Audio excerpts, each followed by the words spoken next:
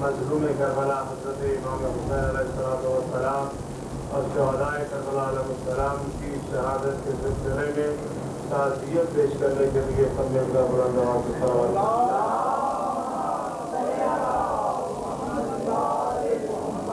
علماء علام مراد اسلام کی سلامتی کے لیے، اسلام کی بالا دستی کے لیے، دشمنان اسلام کی ذلت و خاری کے لیے اور مومنین و مومنات کی پریشانیاں دور ہونے کے لیے سب مل کر بلند آواز سے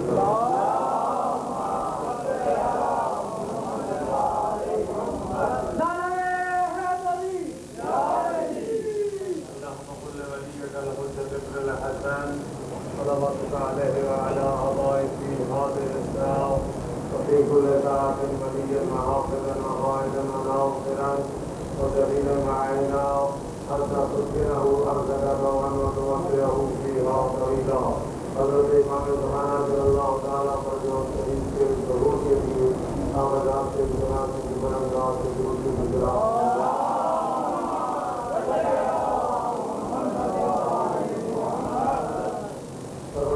عالموں کے کلام مقدس میں یہ ارشاد فرمایا ہے کہ سوائے میں ہی انما ولیکم اللہ، سوائے میں کہ تمہارا ولی اللہ ہے اور اس کا رسول ہے اور وہ مومنین ہے جو نماز کو قائم کرتے ہیں اور حالت رسول میں سرکار دیتے ہیں.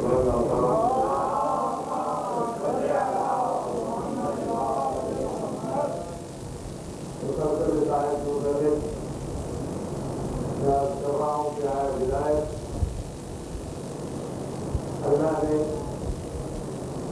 ولیوں کو مغلق کو گفتگو کی ہے. ہدایت کریمہ کے لحاظ سے وہ یہ ہے کہ ولایت منحصر ہے فقط ان تینوں میں، یا خدا ولی ہے یا اس کا رسول ولی ہے یا وہ مومنین ولی ہے جو حالت رسول کے ساتھ دیتے نماز کو قائم کرتے. اور میں نے کیا تھا کہ یہ نمازی اللہ کا ولی نہیں ہو سکتا، اس لیے کہ اللہ سے اپنے ولی کے لیے یہ شرط کی ہے کہ وہ نماز کو قائم کرے اور پھر زکاتہ اللہ کا ولی نہیں ہو سکتا. اور پھر اللہ نے جس ولی کی شناخت کی ہے جس ولیوں کو متعلق وہ حالت رسول میں زکات دیتے ہیں. یہ ایسی وہ ولی ہے جو حالت رسول میں زکات دیتے ہیں.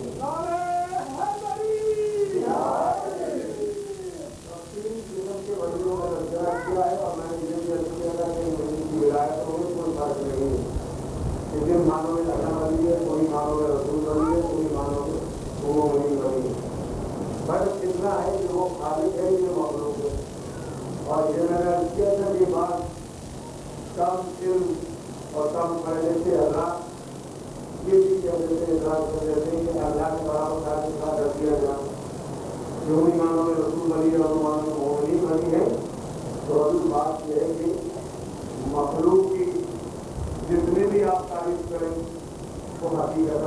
کی تعریف ہے، مخلوق کی جتنی بھی آپ تعریف کریں وہ کھانے کی تعریف ہے.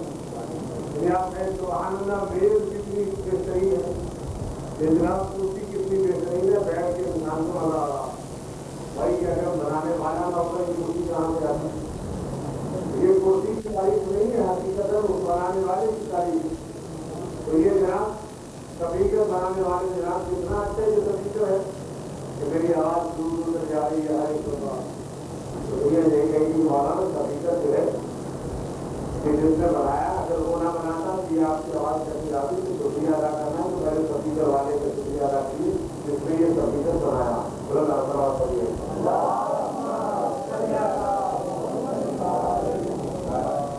تو حضور خالق کی تعریف خبروں کی تعریف سے قبول اور تفصیل سب لازم آتا ہے کہ ہم اس کو مستقل اپنی جگہ پر خالق کے مقابلے میں مانیں. یہ اللہ ولی ہے اور یہ رسول اس کے مقابلے میں ولی ہے. اگر مقابلے میں مانیں گے تو پھر غلط اور تفصیل تعلق ہے، اور اگر اللہ کے لیے مانیں گے یہ ولی ہے اللہ کے نمائندے بن کر، یہ ولی ہے اللہ کی مخلوق ہو کر، تو پھر نہ کوئی غلط ہے نہ کوئی تفصیل ہے. آپ کتنا بھی بڑھاتے جائیں گے یہ خالق کی تعریف ہے.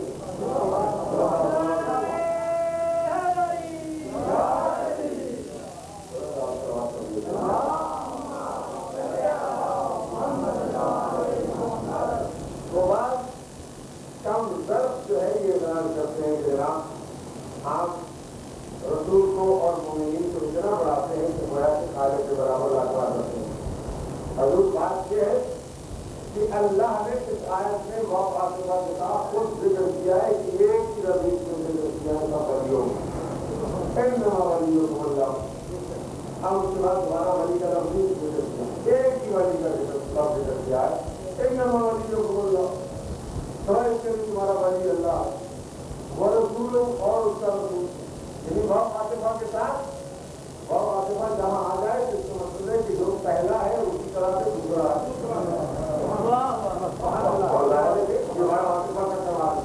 اول رسول ہوں والذین، ہم اس کے بعد پھر یعنی جن معنوں میں وہی اللہ ولی ہے انہی معنوں میں رسول ولی ہے اور انہی معنوں میں مومنین ولی ہے. تو حضور اگر انہی معنوں میں رسول ولی نہیں ہے تو پھر ماننا پڑے گا کہ اللہ کو ایسا کوئی نمائندہ نہیں ملا جس کو اپنی جگہ پر بھیج سکے. میں نے کہا کیا تھا کہ اگر کوئی بادشاہ اپنے کسی نمائندے کو بھیجتا ہے کسی ملک کا بادشاہ بنا کر ولی بنا کر حاکم بنا کر، ہم اس کو علم بھی نہیں ہے بادشاہ کا نمائندہ ہے. اب بادشاہ کا فرض ہے اس کو بتا کے بھیجے کہ اس کے اتنے شہر ہیں، اس کے اتنے گاؤں ہیں، اس کے اتنے قصبے ہیں، بھائی اس میں اتنی نوکری رہتی ہے، اس میں اتنی پولیس ہے، اس میں اتنے محکمے ہیں، اس میں اتنے وزیر ہیں، میرے ماتحت اتنے وزیر ہوں گے اور وزیروں کے سیکٹری ہوں گے. یہ سارا اس کو بتا کے بھیجنا پڑے گا. اور اگر نہیں بھیجے گا تو پھر ملک نہیں چل سکتا. اس لیے تو کمرے ہوں گے جب اس کو پتہ ہی نہیں ہے تو میرے بتایا کتنی منسٹر ہے، میرے بتایا کتنے سیکٹری ہے.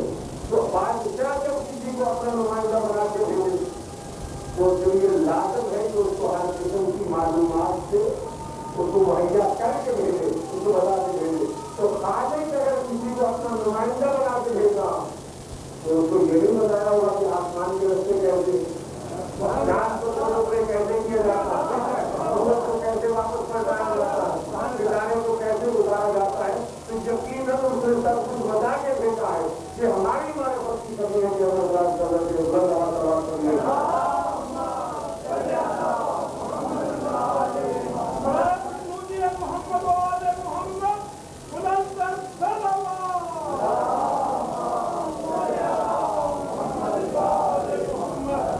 تو خالق نے جس کو اپنا ولی بنایا، جس کو اپنا نمائندہ بنایا، ولی کے پھر سلطان اور حاکم کو اور تصرف کو تو ظاہر ہے کہ اس کو پوری صلاحیت سے پورے اختیارات دے کے بھیجا.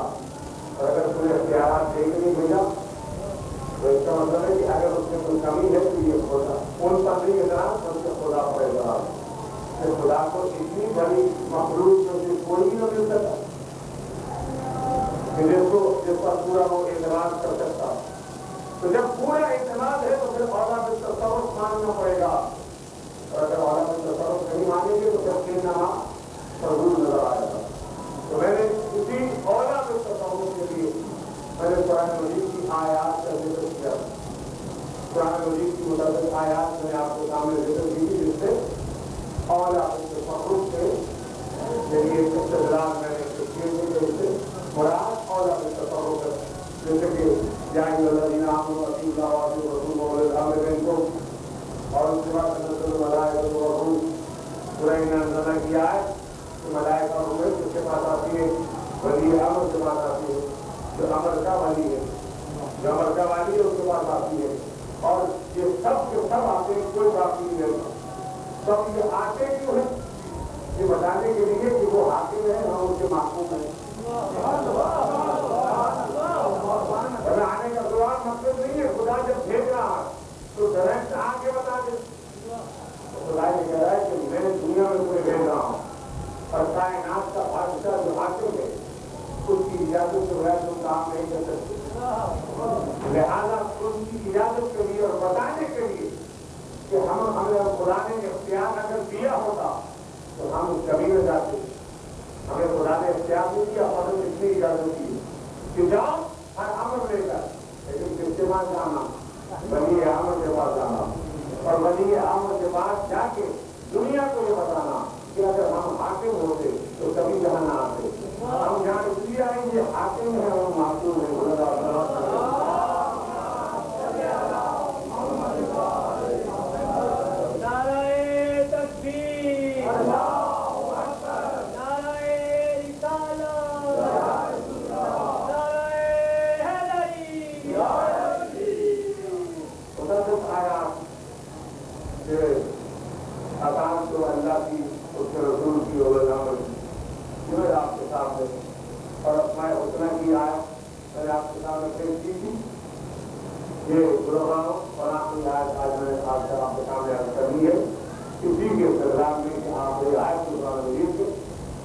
اور جس سے میں سمجھتا ہوں کہ اولا بالتصرف ہونے کا اس سے زیادہ میں سمجھتا ہوں ثبوت نہیں ہو سکتا کہ ولی سے مراد اولا بالتصرف ہے. قرآن یہ قرآن مجید میں یا اسماء الحسنی کے متعلق میں نے عرض کیا تھا کہ یہ عام طور پر یہ کہا جاتا ہے کہ خدا کو اسماء الحسنی سے پکارو اور معصوم کیا فرماتے ہیں نام و اسماء اللہ. ہم ہے وہ اللہ کے اسماء جن کے ذریعے خدا کو پکارا جاتا ہے. اس لیے کہ نہ ہم نے طاقت ہے کہ ہم خدا کو پکار سکیں اور نہ ہماری زبان میں وہ اثر ہے کہ ہم یہ کہہ سکتے خدا. اور میں نے یاد کیا تھا کہ جب نبی خدا پکارتے رہے تو خدا نے نبیوں کی پکار کو نہیں سنا کہ جب تک انہوں نے اس دین میں کے ہستیوں نہیں لائے. نبی پکارتے رہے خدا میری توبہ قبول کر, تو خدا نے نبی کی بات ہی سنی, انسنی کر دی, سنی انسنی کر دی. اور 1 سال بھی 2 سال بھی 10 سال بھی 300 برس اور بعد سے 500 برس ہے نبی پکارتا رہا. پروردگار میری توبہ قبول کر, پروردگار میری توبہ قبول کر, پروردگار میری توبہ قبول کر. اور خدا نے کہا آج تو پکارا اپنی پہچان کری, اپنی پہچان بتا, اپنی پہچان بتا کہ تم جو پکار رہا مجھے پروردگار میری توبہ قبول کر, پہچان بتا. تو جب تک آدم نے پہچان نہیں بتائی خدا نے بات نہیں سنی.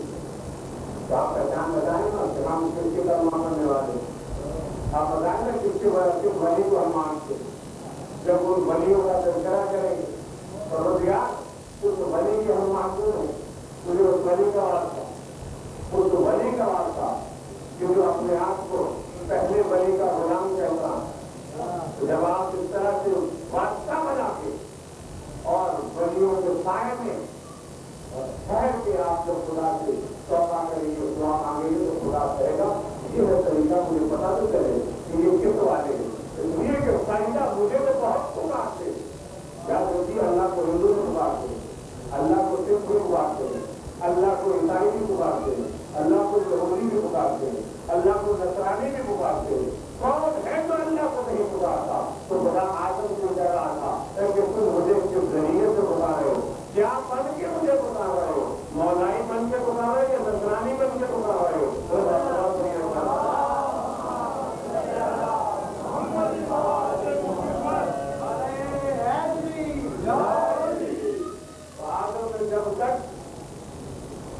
ان کے اسماء کو نہیں خدا، جب تک کہ اسماء کا واسطہ نہیں دیا تو خدا نے بابا قبول نہیں۔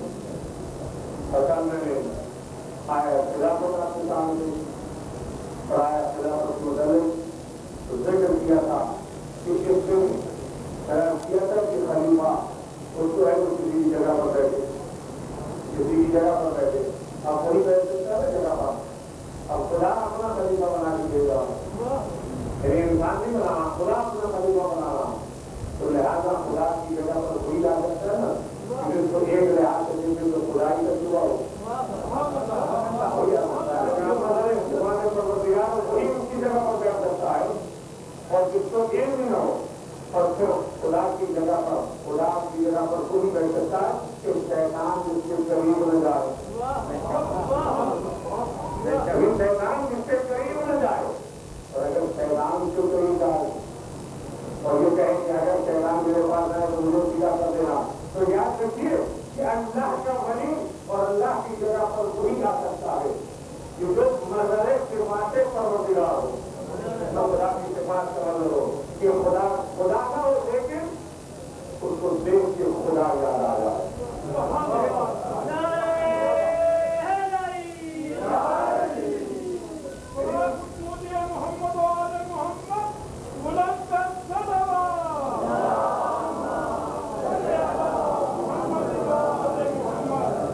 اس کو دیکھ کے خدا یاد آ جائے کہ جس کا نمائندہ اس چاند ہمارے سے اللہ تعالیٰ اس کا خالق کتنا بلند ہوگا۔ اور قرآن مجید کی ایک آیت آپ کے سامنے عرض کر کے اپنے بیان کو آگے بڑھاؤں۔ وَأَلْقِيَا فِي جَهَنَّمَ كُلَّ كَفَّارٍ عَنِيدٍ، اے دونوں القیا، دو یعنی تسمیہ کثیرہ، تم دونوں القیا فی جہنم کل کفار عنید، کہ تم دونوں ڈال دو، تم دونوں ڈال دو جس کو، کس میں؟ فی جہنم، جہنم میں، کس کو ڈالو؟ ہر کافر کو، ہر معاند کو، ہر دشمن کو، جو بھی دشمن ہے جو کافر کو ڈال دو جہنم میں۔ اب ان دونوں سے مراد کون ہے؟ ظاہر ہو کیوں کہ وہی ڈال سکتا ہے جو مالک کو، وہی ڈال سکتا ہے جو مالک کو جو اختیار رکھتا ہو، جو اختیار رکھتا ہو۔ تو کائنات میں آپ دیکھ لیجیے کون ہے جنت کے مالک کو ہوتا، کون ہے جس کے پاس اختیار ہے کہ جو جنت پہ جسے چاہے بھیج دے، جسے چاہے جہنم میں ڈال دے۔ اور خدا یہ کہہ رہا ہے تسمیہ کا سوا ہے، اگر واحد ہوتا تو شاید ہم یہ کہتے کوئی کسی سے پوچھنے کی ضرورت نہیں ہوگی، ہم یہ کہتے اس کے پیغمبر یا تو مراد ہے، جو تو خدا کی طرف آن کے آپ کی جہنم، تم دونوں ڈال دو۔ اب تم دونوں سے مراد کون ہے؟ تو ماننا پڑے گا کہ اللہ عبادت کرنے والا اللہ ہے، اللہ کو نکال دے، باقی جو بڑی کون ہے؟ ان دونوں کا تو ہے کہ تم دونوں ڈال دو، تم دونوں کون ہیں؟ اس کا رسول ہے اور وہ مومن بنی مومن ہے، جن کے جو ہاتھ نماز کو قائم کرتے حالت رسول زکات دیتے ہیں، ان کے مطلب خدائی کہہ رہے تم دونوں ڈال دو۔ اب اس کو روایت کے بعد ہمارے بندے امام نے 5 لوگوں کے ڈالو، اس میں روایت پڑی ہوئی کہ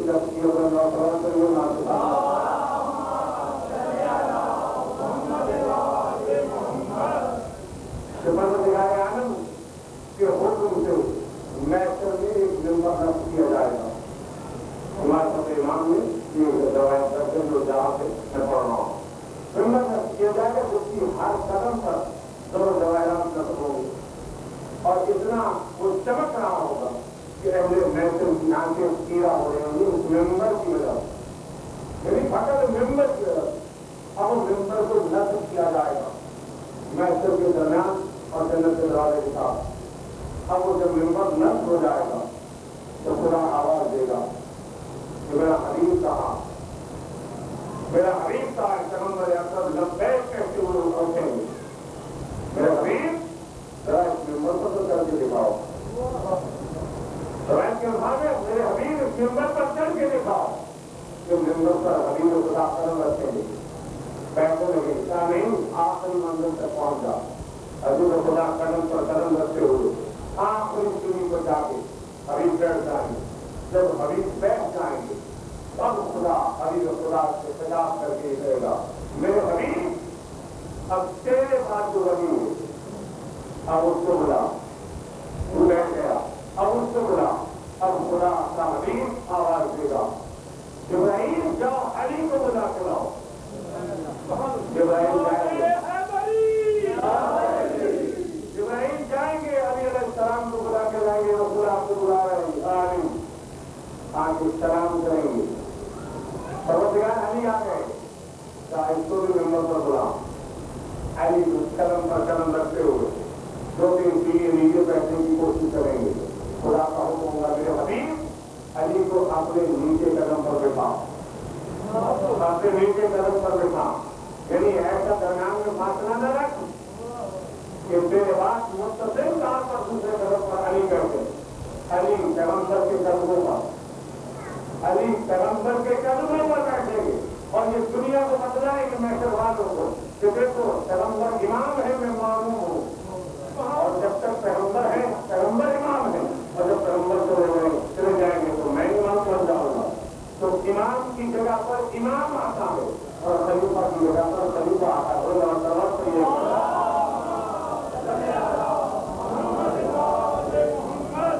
امام کی جگہ پر امام آتا ہے.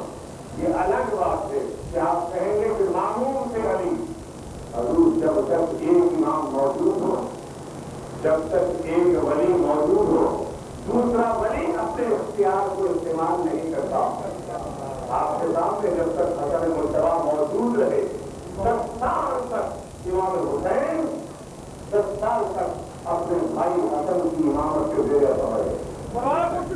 جناب امام حسن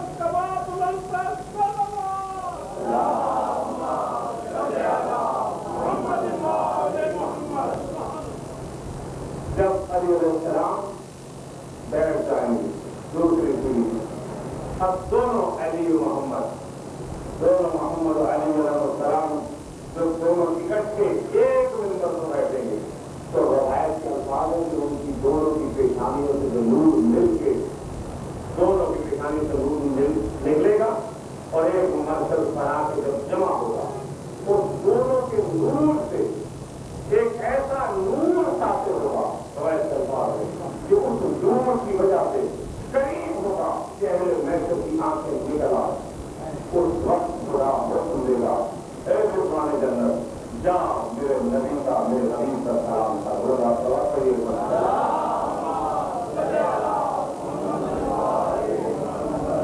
جب تک پیغمبر بیٹھے تھے.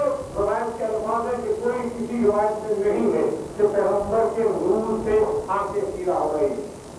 علی طرح سے کسی روایت سے نہیں ہے کہ علی کے پیشانی سے جو نور ساتھ تھا اس کی وجہ سے میں نے محشر کی آنکھیں سیدھا ہو رہی تھی.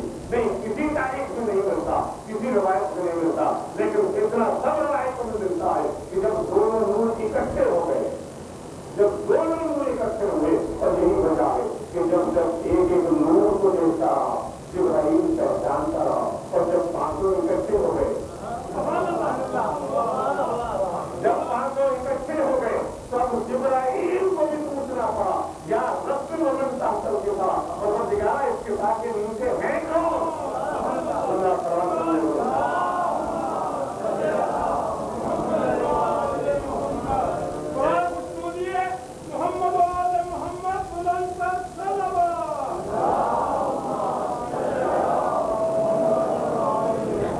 جبرائیل تو روز آتا ہے گھر میں. کبھی بچوں کے کپڑے لے کر آتا ہے کبھی چکی پیسنے کے لیے آتا ہے کبھی مبارکباد دینے کے لیے آتا ہے کبھی حسنین کا جھولا چرانے کے لیے آتا ہے اور ہر روز تو آنے والا ہے. جبرائیل آج تجھے کیا ہو گیا کہ کچھ سوال کر رہا ہے یا رب المنن تحصل کے ساتھ پروردگار چادر کے نیچے ہیں کون. بات یہ ہے کہ آگے نور ایک الگ الگ ہوتا ہے. حسن اپنی جگہ پر حسین اپنی جگہ پر علی اپنی جگہ پر سیدہ اپنی جگہ پر پیغمبر اپنی جگہ پر. اب یہ نور جب اصلی حالت میں آیا جب 5 نور اکٹھے ہوئے تو اب ان کی روشنی اتنی تیز ہے کہ مجھے پہچاننے میں دشواری آ رہی ہے. تو مجھے پوچھنے کی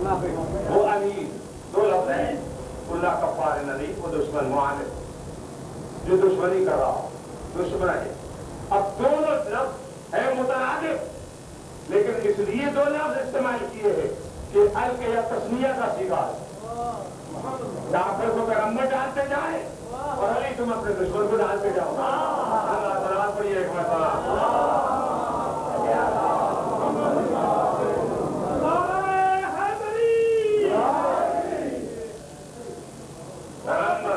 محمد وآل محمد قرآن پر صلوات۔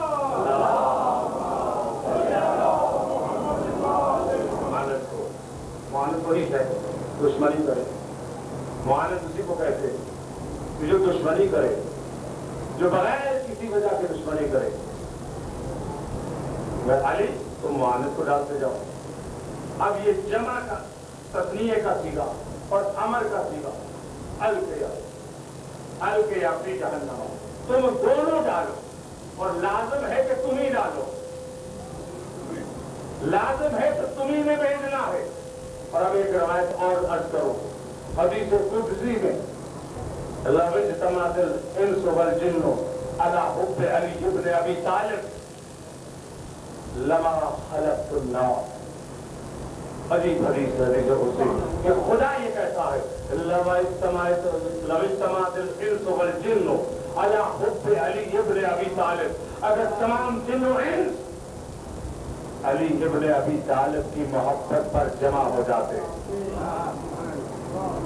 اگر سارے جن و انس علی ابن ابی طالب کی محبت پر جمع ہو جاتے تو خدا کیا کہتا ہے تو مجھے جہنم پیدا کرنے کی ضرورت نہیں تھی۔ تو جہنم کو میں نے کیا پیدا کیا؟ علی کے معاند کے لیے۔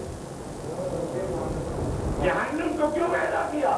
علی کے معاند کے لیے، علی کے دشمن کے لیے، ورنہ مجھے ضرورت نہیں تھی جہنم پیدا کرنے کی۔ جہنم کو میں نے اس لیے پیدا کیا کہ اگر ساری دنیا، اگر سارے جن و انس جمع ہو جاتے تو اس کا مطلب ہے کہ جہنم اس لیے پیدا ہوئی کہ دنیا نے علی کا راستہ چھوڑا، دنیا نے علی کا راستہ چھوڑا، دنیا نے علی کے راستے کو چھوڑ کر دوسرے راستے کو اختیار کیا۔ یاد رکھیے جو ولی کو چھوڑتا تو پھر وہ در بدر کی ٹھوکریں کھاتا، جو اللہ کے ولی کو چھوڑتا ہے وہ در بدر کی ٹھوکریں کھاتا ہے۔ کیوں میں نے یہ جملہ کیوں کہا وہ در بدر کی ٹھوکریں کھاتا ہے؟ اس لیے کہ جس کو در نہ ملے وہ در بدر کی ٹھوکریں کھاتا ہے،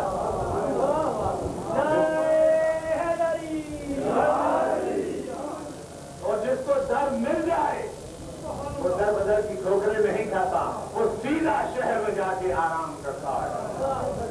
اور جس کو پتہ ہی نہ چلے کہ در کیا ہے، عجیب بات ہے، سوچا کرتا ہو کہ پیغمبر نے علی کو در کیوں کہا؟ انا مدینۃ العلم وعلی بابها، انا مدینۃ الحکمت وعلی بابها، میں حکمت کا شہر ہوں، علی اس کا دروازہ ہے، میں علم کا شہر ہوں، علی اس کا دروازہ ہے۔ علی کو دروازہ کیوں کہا؟ علی کو دروازہ کیوں کہا؟ کہہ دیتا تم اللہ کا حبیب کہ علی شہر کے جو مکانات ہیں وہ گئے، میں شہر ہوں، علی ہوں، اس شہر کا ایک مکان، شہر کی دیوار فصیل ہے، جو یہ دروازہ کیوں کہا ہے؟ یاد رکھیے جو آنے والا ہے وہ فصیل کو نہیں دیکھتا، مکانات تو بعد میں دیکھے گا نا جب اندر داخل ہوگا، آنے والے کی نگاہ دروازے پر پڑتی ہے، تو جب دروازے پر نگاہ پڑے انسان کی تو دروازے کو دیکھ کے وہ جان لیتا ہے کہ جس شہر کا دروازہ اتنا خوبصورت ہے اللہ جانے وہ شہر کیسا ہوگا۔ تو خدا نے یہ کہا کہ میں نے اپنے حبیب کو علت غائب ممکنات بنا کر بھیجا ہے کہ لولا لما خلقت الافلاک، میرے حبیب اگر تو نہ ہوتا تو کائنات کو پیدا نہ کرتا۔ تو اس شہر کا وہ دروازہ ہونا چاہیے، وہ دروازہ ہونا چاہیے کہ جس کے متعلق میں مجھے کہنا پڑے وَلَوْلَا عَلِيٌّ لَمَا خَلَقْتُ، میرے حبیب اگر علی نہ ہوتے تمہیں پیدا نہ کرتا، اگر علی نہ ہوتے تمہیں پیدا نہ کرتا۔ تو خدا نے اپنے حبیب کو شہر قرار دیا، اور حبیب نے اپنی طرف سے نہیں اللہ کے حکم سے اپنے آپ کو شہر بنایا اور علی کو اس کا دروازہ بنایا۔ اور یاد رکھیے اگر دروازہ کسی اور کا بنا دیا جائے، ظاہر ہے کہ انسان باہر سے آیا ہے، کوئی حاجت لے کر آیا ہے، اگر دروازے سے اس کی حاجت پوری ہو جائے تو پھر اس کو ضروری ہے کہ شہر میں جائے؟ کوئی شہر میں تبھی جانا پڑتا ہے نا کہ دروازے سے اس کو کچھ نہ ملے، پھر جا کے اندر شکایت کرتا ہے کہ مجھے دروازے سے کچھ نہیں ملا۔ اور یہی وجہ ہے کہ مسجد نبوی میں آ کے اس نے سوال کیا، کسی سے کچھ نہیں ملا، تو میں کہوں گا تو دروازے کو چھوڑ کر شہر والوں سے سوال کر رہا ہے۔ دروازے سے سوال کرتا، دروازے میں کھڑا ہو کے سوال کرتا تو تجھے ملتا، آخر دیا تو تجھے دروازے نے۔ یاد رکھیے اگر دروازے سے حاجت پوری نہ ہو تو پھر انسان اندر جانے کی کوشش کرتا ہے، اگر وہی مطلب پورا ہو جائے، اگر وہی مطلب پورا ہو جائے تو پھر اندر جانے کی ضرورت نہیں ہے۔ اب دنیا والے جب علی کے علم کا مقابلہ نہ کر سکے تو پھر پیغمبر پر جانے کی ضرورت کیا تھی؟ جب علی کے علم کا مقابلہ نہ کر سکے، علی کے علم کا دنیا کیا مقابلہ کرتی؟ نہ کسی نے سوال کیا۔ یاد رکھیے کیا خوبصورت لفظ کہے پیغمبر نے، انا مدینۃ العلم وعلی البابھا، کہ میں علم کا شہر ہوں، علی اس کا دروازہ ہے۔ دروازہ جتنا خوبصورت ہوگا اتنا ہی شہر خوبصورت ہوگا، اندازہ خود کرنے والا کرے گا۔ اور بعض اوقات یہ بھی ہوتا ہے کہ دیکھو بھائی شہر کے اندر اگر دیوار کوئی گری ہوئی ہے اس کی فکر نہ کرنا، لیکن دروازہ ذرا خوبصورت لگانا، اس لیے کہ دروازے کی وجہ سے دشمن پر روک پڑے گا، دشمن پر روک پڑے گا۔ اور اسی وجہ سے پیغمبر کا ناصر بنا کے علی کو بھیجا ہے کہ اگر علی کے پیغمبر کے مقابلے میں کوئی آئے تو علی کو دیکھ کے ایک مرتبہ تو دمدما کے بھاگے اور پیچھے مڑ کر نہ دیکھے۔ اس طرح سے علی کو بنا کے بھیجا ہے کہ فقط علی کی شکل دیکھ کے، مرحب نے فقط شکل دیکھی ہے۔ اور مرحب کا دستور کیا تھا، روایت اٹھا کر دیکھیے، بڑا دروازہ ہوتا ہے نا قلعے کا، اور قلعے کے اندر ایک چھوٹا دروازہ تھا، یہاں آپ نے قلعے میں دیکھا ہوگا، بڑی حویلیوں میں آپ نے بڑے بڑے دروازے، اس کے اندر ایک چھوٹا دروازہ جو کھلا رہتا۔ یہ مرحب جو ہے اس سے پہلے باہر نہیں نکلا، اس کا دستور کیا صبح کو اس نے اٹھنا، آ کے دروازہ چھوٹا دروازہ کھول کے نا ایک پاؤں اندر ایک پاؤں باہر، اس طرح سے وہ دروازے کو اوپر بیٹھ جانا، دروازہ کھول کے جو لکڑی ہوتی ہے اس کو بیٹھ جانا۔ اب وہی بیٹھا، کبھی سر اس نے اندر کر لینا کبھی باہر۔ جب اس کے ساتھیوں نے کہنا، لشکر نے کہنا کہ حضور وہ آئے، کون آئے گا وہ سامنے، اب اس نے وہی سے ایسے بات ایسے دیکھ، فقط نگاہوں میں پتہ نہ جانے کیا کشش تھی، کیا روپ تھا، فقط اس نے دیکھنا اور اشاروں میں کہنا، اور وہاں سے انہوں نے کہنا کہ جناب آپ تشریف نہ لائیں، ہم جا رہے ہیں، آپ اٹھیں گے زحمت کریں گے ہم نہ۔ لیکن جب علی آئے، جب اس نے دیکھا ہے گور کے، تو علی نے اس سے زیادہ گور کے دیکھا، علی نے اس سے زیادہ گور کے دیکھا۔ اور جب اس نے دیکھا ہے یہ تو کوئی اور ہی ہے نا، جو آئے تھے وہ تو اور ہی چلے جاتے تھے، یہ تو آگے بڑھتا آ رہا، اور میری طرف دیکھا اور مسلسل کے چلی بات سے اس نے کہا شاید اس نے پہچانا نہیں۔ اب اٹھا دروازے سے، پہلی دفعہ مرحب جو ہے اس نے دروازے کو چھوڑ کر باہر آیا، اور آنے والے سے خطاب کر کے کہتا ہے کہ تیرے بچپنے پر، تیرے کم سنی پر مجھے رحم آ رہا ہے، آنے والے تجھے کسی نے بتایا نہیں کہ تو کس کے مقابلے پہ جا رہا ہے۔ آنے والا اور زید صاحب کیا خوب کہا کرتے تھے، اللہ مقامہ رضوان اللہ تعالیٰ علیہ، اس موقع پر ایک جملہ کہا کرتے تھے کہ اس نے مرحم نے کہا کہ تو بچہ ہے، واپس چلا جا، مجھے تجھ پر رحم آتا ہے۔ تو علی علیہ السلام نے آگے کہا اگر بچہ ہے تو بچ کر دکھا، اگر تو بچہ سمجھتا ہے تو بچ کر دکھا۔